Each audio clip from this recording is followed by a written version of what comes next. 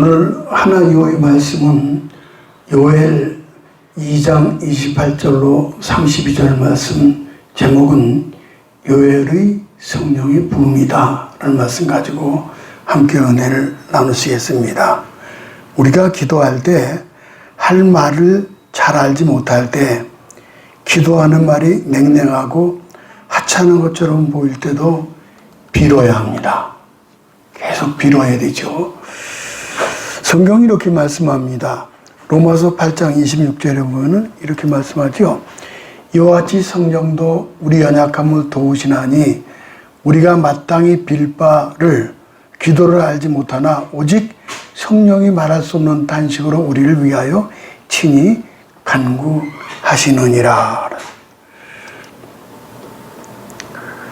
이 그림을 보면은 기도하죠. 성령의 인도하심 따라서 하나님 앞에 무릎 꿇고 성령님께 시간을 드리면은 내 속에 성령님이 기도하는 놀라운 영적인 체험을 하게 됩니다. 우리가 다 그런 체험을 합니다. 이제 또 어떤 굳이 방언이 아니더라도 무슨 문제가 있어가지고 잠이 들었다 할지라도 내 안에서 막 기도하는 것을 느껴요, 본인이. 어떤 문제 놓고 막 기도하는 게. 내 속에 성령님이 기도하는 놀라운 그런 체험을 하게 됩니다. 오늘은 2021년 성령 강림주일입니다. 예수님이 십자가를 지시고 우리의 죄를 대속하기 위하여 죽으셨고 사흘 만에 사망 권세 이기시고 부활하셨습니다. 부활하시는 예수님은 약 40일 정도 계시다가 승천하셨습니다. 예수님의 공생애를 마무리했을 즈음에 또 다른 보혜사 성령을 보내어 주신다라고 말씀하셨죠. 요한복음 14장 25절로 26절 가볼까요?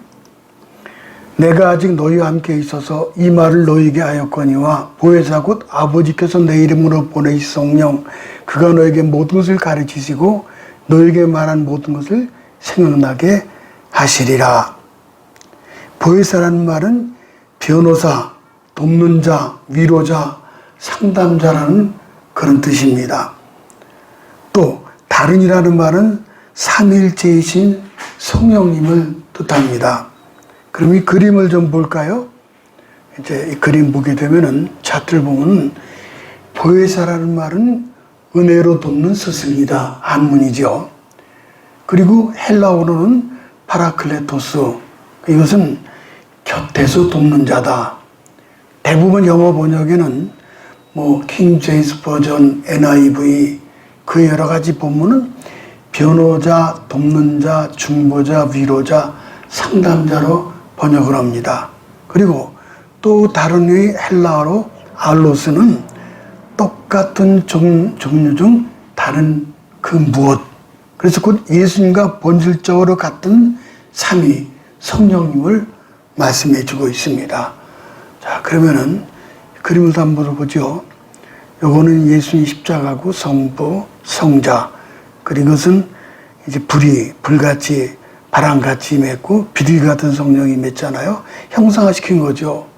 우리 하나님 그릴 수는 없잖아요. 예수님 육신을 그 땅에 오셨으니까는 이제 예수님 사진을 이렇게 상상을 해서 그렸지만은 하나님과 성부, 성령님은 볼 수 없죠.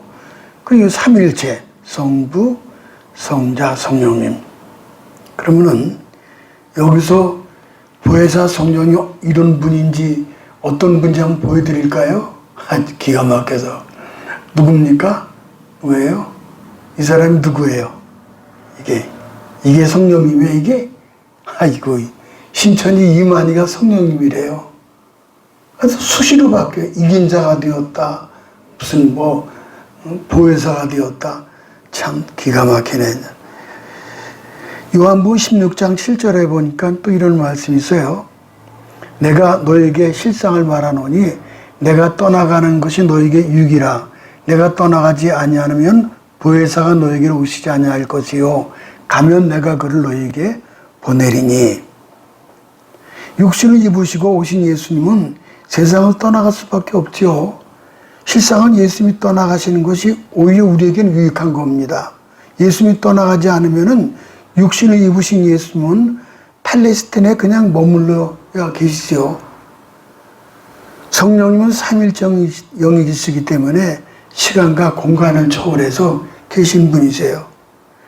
요엘서 구조는 심판과 회복인데, 심판을 보면은 1장에 이스라엘 백성들이 감당하기 어려운 큰 재앙이 선포되는데, 메뚜기 재앙, 극심한 재앙, 가뭄. 재앙을 만나는 이유는 하나님께 드리는 제사를 폐하였기 때문입니다. 근데 이 또 회복이 또 나와요. 회복을 보면 너희 이제라도 금식하며 울며 애통하고 마음을 다하여 내게로 돌아오라. 그러면 재앙을 거두실 것이고 황폐해진 땅을 복구해 주실 것이라. 이렇게 언약의 관계를 회복해 주실 것을 말씀하셨습니다. 여기까지 보면은 전형적인 예언서의 메시지 구조를 그대로 따르고 있습니다. 그런데 본문을 살펴보면은 요엘서는 다른 예언서와 다른 점이 나타나는데, 기존의 예언서 구조에 다루지 않았던 특별한 내용이 첨가되고 있습니다.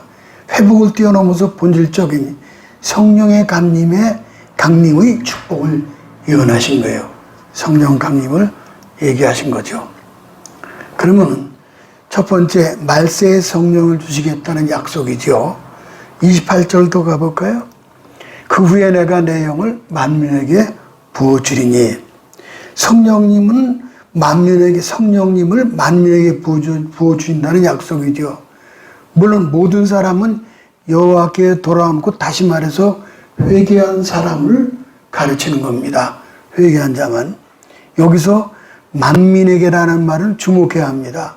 히브리어 언어 성경에 보면은 만민은 콜바사르라는 단어를 쓰고 있고, 콜은 모든이라는 뜻이고 바사르는 육체라는 뜻입니다. 그러니까 하나님께서 모든 육체에게 성령을 부어주시겠다라고 약속을 하신 거예요.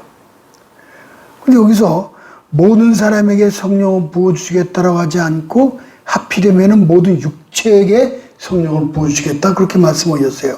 여기에 아주 중요한 메시지가 있습니다. 창세기 6장 3절을 가볼까요? 보면은 나의 신이 영원히 사람과 함께하지 아니하리니 이는 그들이 육체가 됨이라 그러셨어요. 노아 홍수가 시작되기 직전에 세상에 죄악이 가득 차서 하나님을 잘 믿고 섬기던 하나님의 백성들마저 변했습니다. 타락하고 죄 앞에 무능하고 연약한 인간, 즉 육체가 되었다고 말씀하고 있습니다. 그래서 하나님이 심판하신 것이죠. 그리고 그들에게서 성령을 거두시고 말았어요. 게다가 영원히 성령 육체가 된 인간들과는 함께하지 않을 것이라고 선언하셨죠. 무드슬라는 당시에 969세까지 살았습니다. 그러나 홍수 심판하심으로 수명이 120으로 그냥 급전제가 단축이 되고 말았어요. 그러면 이제 그 당시 있었던 그림을 좀 볼까요? 궁창의 물, 궁창의 아랫물, 위물, 그걸 좀 볼까요? 이 그림 보면은 노아 홍수 이전의 대기권이고, 그 다음에 노아 홍수 이후의 대기권이에요. 오늘날 이거죠. 노아 홍수 이전에는 궁창에 물이 있었고, 궁창 위에 또 물 있어요. 그 위에 물 있고 아래 물이 있었던 거죠. 이게 다 쏟아져 내린 거예요. 그래서 이제 무드셀라는 거의 1000년을 살았죠. 근데 얼마까지 줄었어요? 120세. 이게 이제 그 역사에 이제 지금 현재에 되어지고 있는 것들이죠. 오늘 본문은 바로 그 옛날 육체가 된 인간에게 내렸던 저주가 풀릴 것이라는 놀라운 약속이 우리에게 주어졌어요. 이제는 저주가 풀리죠. 이것은 단순히 이스라엘 백성들에게 임했던 재앙이 그치고 이스라엘 백성들의 역사가 바로잡히고 회복되는 것을 말하는 정도가 아니라 태고 때의 저주가 끊기고 인류의 원 역사가 복원되는 놀라운 약속입니다. 1981년 5월 5일 기독교 방송 새롭게 하소서에서 이런 간증이 소개되었습니다.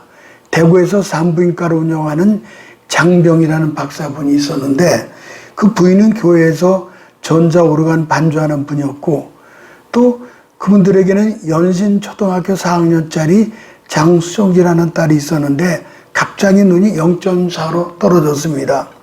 장이처럼 된 거예요. 난리가 났죠. 진단해 보니까는 심한 축농증으로 인해서 시신경이 약해졌다는 거예요. 그래서 온 집안이 합심해 기도하는 중에 축농증이 말라버리는 기적이 나타났습니다. 그러나 눈은 여전히 0.4 시력이었습니다.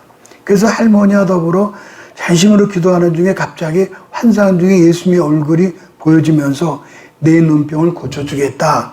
내일 진찰을 받으면 1.2의 시력이 회복될 것이다 하는 음성이 들렸어요. 그러면서 계속 말씀하시기를 이제 내가 하는 말을 전하라. 장 집사에게 병원이 바쁘다는 핑계로 교회에 나가지 않았고 집사로서 11조도 하지 않은 것을 회개해야 한다. 아버지가 이야기를 전해 듣고 35년 동안 신앙생활을 했으나 형식적이었던 것을 회개함으로 성령의 역사로 다른 눈병이 나는 기적이 나타났다는 간증입니다. 사도행전 2장에 보면은 오순절에 방언이 터져서 초자기의 역사에 대해서 세술에 취했다라고 조롱을 했습니다. 이때 베드로는 오순절 사건이 오늘 본문을 인용하시면서 말세에 관한 요엘 선지자의 예언이 성취라고 했던 겁니다. 말세의 가장 위대한 징조는 성령 부어주신 거예요. 그렇다면 왜 하나님께서 이 말세에 성령을 부어주십니까? 그는 두 번째 말세의 성도들은 예언과 환상과 꿈을 갖도록 하기 위함입니다. 이 8절 가볼까요? 너희 자녀들이 장래일을 말할 것이며 너희 늙은이는 꿈을 꾸며 너희 젊은이는 이상을 볼 것이며 그랬어요. 이 그림은 좀 볼까요? 자녀들은 예언할 것이요 젊은이들은 환상, 이상을 보고 노인들은 꿈을 꿀 것이다. 여기서 장래일을 말한다는 것은 앞으로 전개될 인류의 역사를 말합니다. 꿈을 꾼다는 것은 하나님의 계시를 받게 된다는 것이고 또 이상을 본다는 것은 영적인 눈이 열려서 신령한 세계를 보게 된다는 그런 말씀입니다. 실제로 이 예언이 사도행전 2장의 오순절 성령 강림 사건으로 다 이루어졌죠. 그때 이 말씀 그대로 성령 받은 모든 사람이 영적인 세계가 열렸고 큰 능력을 맛본 것이 지난 오순절 마가다라 예방에 있었던 그 내용입니다. 그럼 그때 인용한 구절을 볼까요? 2장 17절에 이제 인용한 것이죠. 가볼까요? 하나님이 가라사대 말세에 내가 내 영으로 모든 육체에게 부어주니 너희 자녀들은 예언할 것이요 너희 젊은이들은 환상을 보고 너희 늙은이들은 꿈을 꾸리라. 그래서 첫 번째 뭔가 있는 거 아니 예언이죠. 예언. 첫 번째 예언입니다. 예언과 환상. 이 말씀에서 예언은 점치는 무속적인 예언을 뜻하지 않습니다. 기독교의 예언은 하나님의 약속의 말씀 후에 미래에 펼쳐질 세계를 준비하고 맞이하는 겁니다. 한때 점이 유행하면서 점치는 학원에 수강생이 넘쳤습니다. 무슨 점치는 카페 뭐. 왜 사람들이 점을 보고 구설합니까? 희망이 죽었다는 거예요. 그러나 성경에 약속된 참된 예언을 들으면서 다시 희망과 삶의 의욕이 생기게 되는 거죠. 잠언 23장 17절 18절을 가볼까요? 내 마음으로 죄인의 형통을 부러워하지 말고 항상 여호와를 경외하라. 정령이 네 장래가 있겠고 네 소망이 끊어지지 아니하리라. 여러분 악인들의 형통을 부러워할 곳 없어요. 한순간에 하나님 걷어가 버려요. 우리에게는 하나님 경외할 때 정령이 우리에게 장래가 있다는 거예요. 소망이 있다는 거예요. 얼마나 복된 예언입니까? 지금 절망의 자리에 앉아 있어도 거기서 물을 끓으면은 그것에 희망의 자리가 되는 예언입니다. 어떤 교회에 성도가 줄면서 분위기가 침체될 때 한 집사님이 하나님의 섭리를 믿고 교인들을 격려했습니다. 성도님 너무 염려하지 마십시오. 조만간 부흥의 길이 열릴 것입니다. 그는 자신이 말이 이루어지도록 기도하고 전도하면서 그의 부흥에 애썼습니다. 그 믿음과 말과 행위를 보시고 마침내 하나님 움직이심으로 말미암아 결국 교회가 부흥이 되었습니다. 바로 그 집사의 말이 바로 성령의 음성이며 참된 예언자의 음성이었던 겁니다. 성령이 임하시면은 그 집사님처럼 입술이 거룩하게 붙잡히면서 언어가 바뀝니다. 그 바뀐 말이 미래를 좌우하죠. 너희 젊은이들은 환상을 보고, 참된 복은 환경이 크게 변화되는 것이 아니라 환상을 크게 가지는 거예요. 하나님은 환상을 따라 역사하십니다. 왜 우리가 지금 예배합니까? 이 짧은 한 시간에 어떤 엄청난 외적인 변화를 만들어내기 위해서가 아니에요. 모세가 40년 동안 미디안 광야에서 간절히 기도해도 바로의 마음은 변하지 않았습니다. 그러나 모세가 80세가 되었을 때에 비로소 하나님 이스라엘 백성들을 구출하기 위해서 모세를 부르죠. 이 그림 뭘까요? 모세야. 떨기나무에 불이 붙었는데 꺼지질 않는 거예요. 왜 그런가 하고 올라가다가 모세야, 모세야, 내 발에 신을 벗어라. 이 내용이죠. 그래서 한 시간의 예배로 바꾸지 않아도 예배를 통해서 성령이 임하게 되면은 미래 환상을 보게 되는 겁니다. 어떤 사람은 무거운 십자가를 지고도 불평 없이 즐겁게 삽니다. 이유는 하나님이 보여주신 환상 때문입니다. 환상을 가지면 삶이 고단하지 않게 느껴집니다. 예수님의 삶이 그런 삶이었습니다. 예수님 겉으로 보기에는 모양적 풍채도 없었지만은 예수님 안에는 엄청난 환상과 보화가 숨어 있었던 겁니다. 그처럼 우리도 겉으로 아무것도 없는 무명한 자 같지만은 속으로 모든 것을 가진 유명한 자가 되고 있는 겁니다. 환상은 가슴속에 영롱한 빛과 같습니다. 어떤 일이 있어도 찬란한 환상을 포기하지 말고 자신이 해야 할 가치 있는 일을 포기하지 말아야 합니다. 환상은 찬란한 미래로 건너가게 하는 달이 곧 교량과 같습니다. 헛된 욕심을 버리면 이단에 미혹된 일이 줄어듭니다. 참된 예언자는 어떤 상황에서도 어둠에 사로잡히지 않고 찬란한 내일의 환상을 따라 준비하는 성령 충만한 자임을 잊지 말아야 합니다. 그 다음은 꿈은 꾸도록 하신다 그랬죠? 너희 늙은이들은 꿈을 꾸리라. 성령 충만하게 되면은 노인도 아브라함처럼 찬란한 꿈을 꾸게 됩니다. 어느 날 메소포타미아 갈대아 우리에 살고 있던 하란 땅에 살던 갈대아 우리에 살던 75세 된 아브라함이 하나님이 말씀하셨죠. 네 아비 본토집을 떠나서 내가 너에게 지시할 땅으로 가라. 그것이 어디면 가나안 땅에 지금의 팔레스틴. 그래서 여기 보면은 자 이렇게 아브라함이 믿음의 조상이 되었죠. 엊그제 지금 이제 하마스 가자 지구에서 로켓포를 2,000발을 쐈대나 해가지고 그렇잖아요. 사실 그 사람들은 그 본토 사람들이에요. 그러나 하나님이 그 땅을 주신 거야 아브라함에게요. 가나안 땅을. 자, 그 역사를 더 깊이 들어가면은 하나님 주인이셔요. 아브라함에 그 땅을 주신 거예요. 그래서 아브라함은 너는 일어나 본토 아비집을 떠나서 내가 내게 지시할 땅으로 가라. 그러자 영혼 깊은 곳에 찬란한 꿈이 생겼고 그 꿈은 북극성처럼 바라보면서 나아갔기에 결국 믿음의 조상이 되었던 겁니다. 꿈은 위대한 조상을 만듭니다. 미래 역사의 주역은 꿈을 가진 사람입니다. 그러므로 자기 전생애를 바로 이때를 준비되었다는 신앙을 가지고 거룩한 꿈을 꾸시기 바랍니다. 아무리 다른 능력이 탁월해도 꿈과 청사진이 없으면 미래가 보장되지 않습니다. 그만 꿈이 중요합니다. 꿈이 뚜렷해지는 역사를 위해 말세에 무엇보다도 필요한 것이 하나님 말씀과 성령 충만입니다. 예수님 재림 직전에는 피와 연기와 불과 진조가 생기고 해가 어두워지고 달이 피같이 된다고 그랬습니다.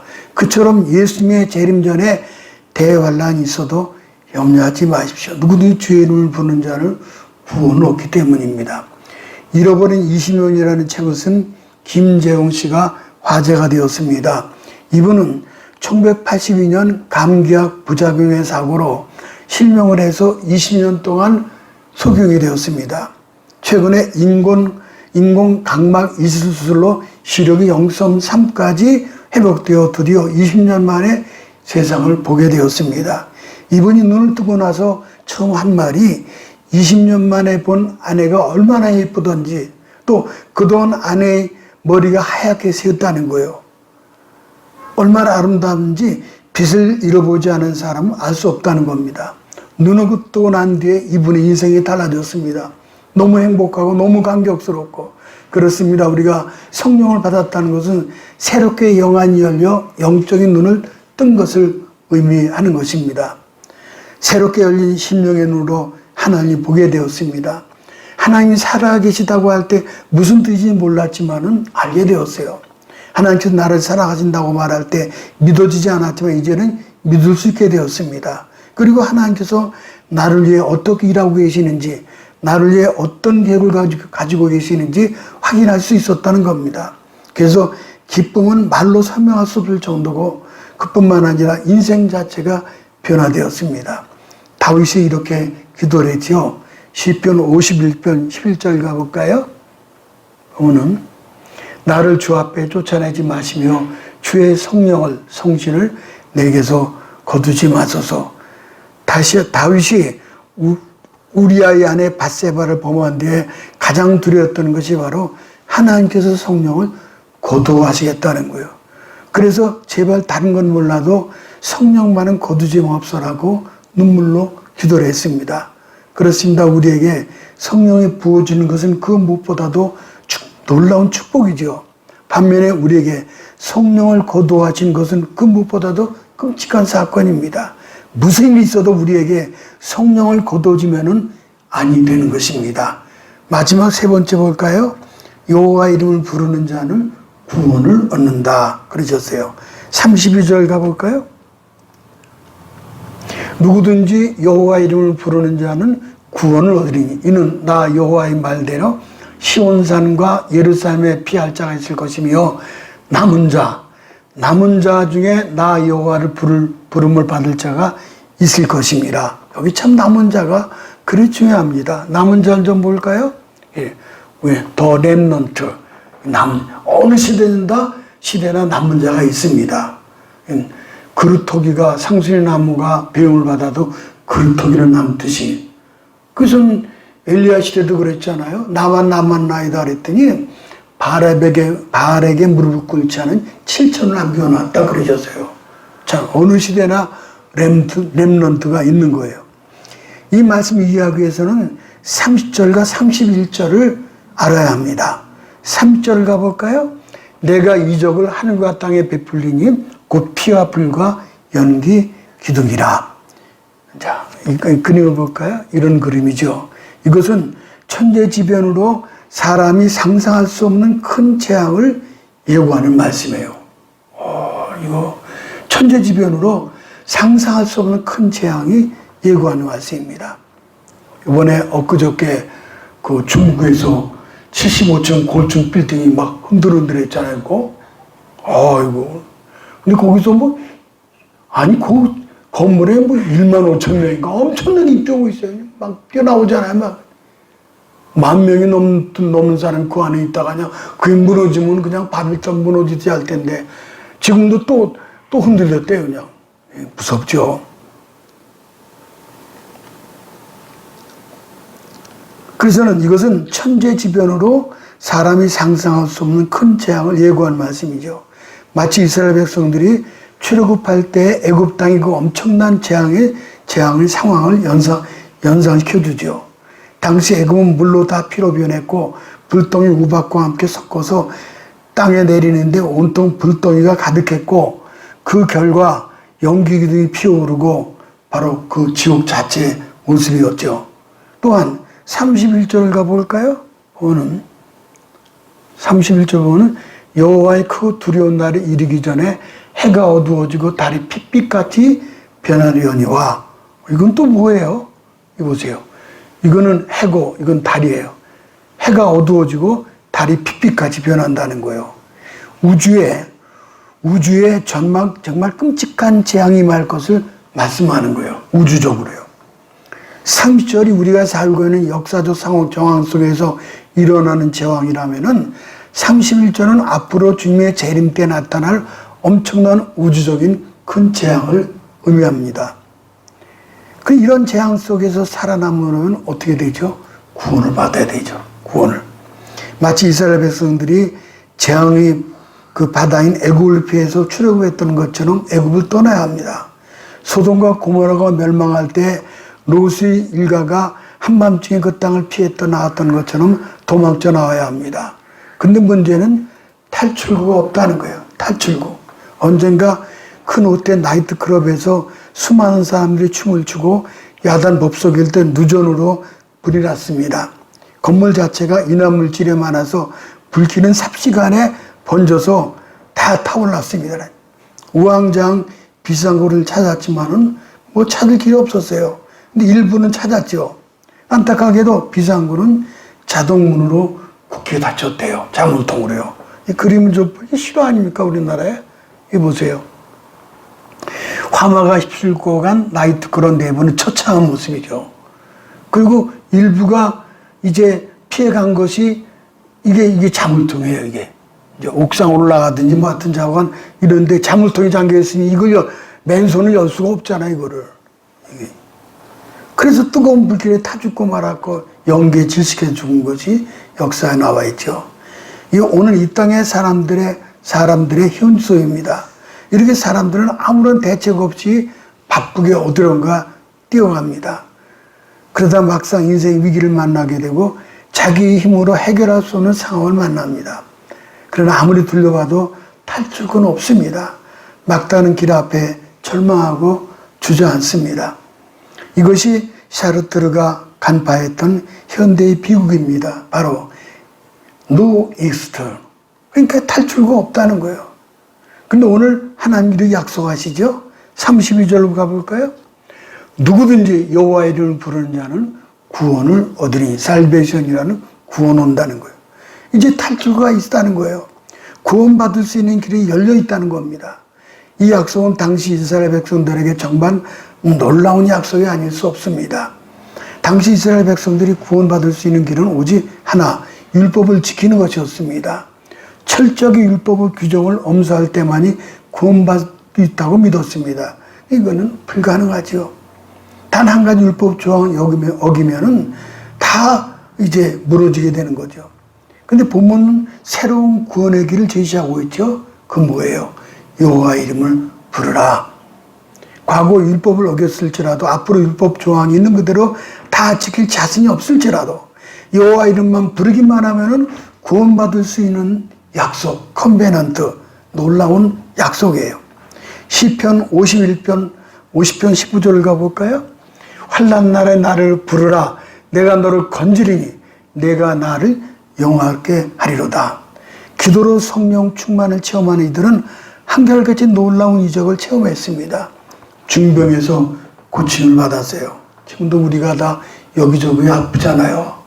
고혈압에, 당뇨에, 무슨 뭐 여러 가지 많이 아픈 거예요. 골다공증에 무슨 이제 이 피의 혈액 속에 이제 혈전이 쌓이고 뭐 시신경, 뭐 신경, 소화기관, 뭐 다 여러 가지 중병들이 많아요. 근데 불치의 병이라도 의학적으로 불가능하다고 하였는데 성령 받은 이들이 치유가 되는 일이 허다해요. 미국인들 10명 중에는 8명이 기적을 믿으며 그 중에 반수 이상은 기적을 체험하였다라고 간증을 하고 있습니다. 기독교 국가니까 다릅니다. 스가랴 선지자가 본 환상이 있습니다. 인자야 내가 무엇을 보느냐 했더니 순금둥대를 보나이다. 또 자세히 봐라 했더니 순금둥대 옆에는 감난나무가 둘이 있어가지고 생으로 감난나무에서 기름이 공급되는데 기름이 7등이 순금등대 7금등인데 주발에 공급을 해요. 그래야 불이 환히 켜지는 거예요. 자, 이런 모습이죠. 이런 모습이에요. 이게 스가랴 선자가 이제 그러고 나서 이제 스가랴 4장 6절 끝에 보면은 만군의 여호와께서 말씀하시되 이는 힘으로 되지 아니하며 능으로 되지 아니하고 오직 나의 신으로 되느니라. 성령께서 역사하시면은 영혼 구원과 육신 구원까지 다 이루어지게 되는 거죠. 이 성령의 역사예요. 그래서 여기 보면은 이 그림이 뭐예요? 스가랴 선자가 본 내용이죠.